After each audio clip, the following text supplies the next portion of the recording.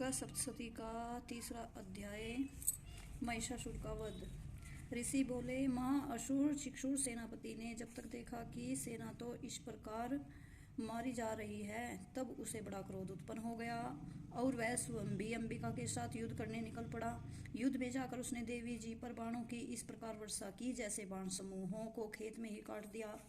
फिर बाणों द्वारा उसके सारथी घोड़ों को मार डाला। फिर झटपट उसका धनुष और ऊंची लहराती ध्वजा काटकर गिरा दिए। जब उसका धनुष कट चुका तब अपने बाणों से उसके अंग बीन डाले, जिसका सारथी एवं घोड़े मर चुके थे और धनुष कट चुका था। तब वह बिना रथ के पैदल तलवार ढाल लेकर देवी के रथ की ओर दौड़ा। तेज तलवार से सिंह पर तेज जाते ही प्रहार कर दिया। फिर देवी जी की वाम भुजा पर जोर से प्रहार किया। हे राजन, जो ही उसकी तलवार देवी की भुजा पर पड़ी त्यों ही टूट गई। फिर असुर ने क्रोध से आंखें लाल लाल करके शूल पकड़ लिया। भद्रकाली जी उस दैत्य ने शूल डाल दिया।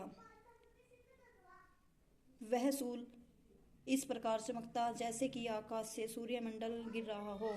देवी जी ने अपनी ओर आते हुए शूल को देखकर उस पर अपना शूल चला दिया, जिससे वह शूल सैकड़ों टुकड़े हो गया। साथ में उस चिक्षुर महादैत्य के प्राण निकल गए।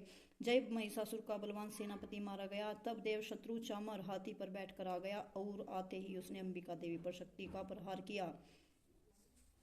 देवी जी ने शिला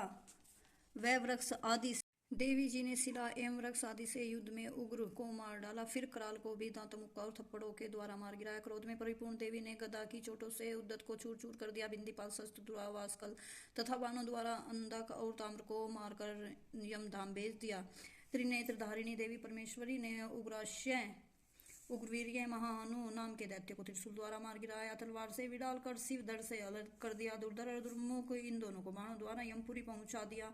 इस प्रकार अपनी सेना का नाश होता देखकर भैंसे का रूप बनाकर महिषासुर उन गणों को डराने लगा। कुछ एक गणों पर अपने थूथनों से प्रहार किया, दूसरों को सींगों से फाड़ा। कुछ एक को वेग द्वारा, दूसरों को सिंहनाद द्वारा और घूमने से अन्यों को श्वास वायु द्वारा पृथ्वी पर गिरा। इस प्रकार गणसेना को गिराकर वह महिष सिंह की ओर झपटा। जो ही सिंह को मारने लगा, तब जगदम्बा को बड़ा क्रोध उत्पन्न हुआ। इधर महापराक्रमी महासुर भी क्रोध से पृथ्वी तल को अपने खुरों से खोदने लगा। फिर सिंगों से बड़े ऊंचे ऊंचे पहाड़ उठाकर फेंकने लगा, साथ में गरजने लगा।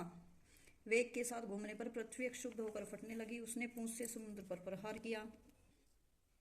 इस प्रकार महादैत्य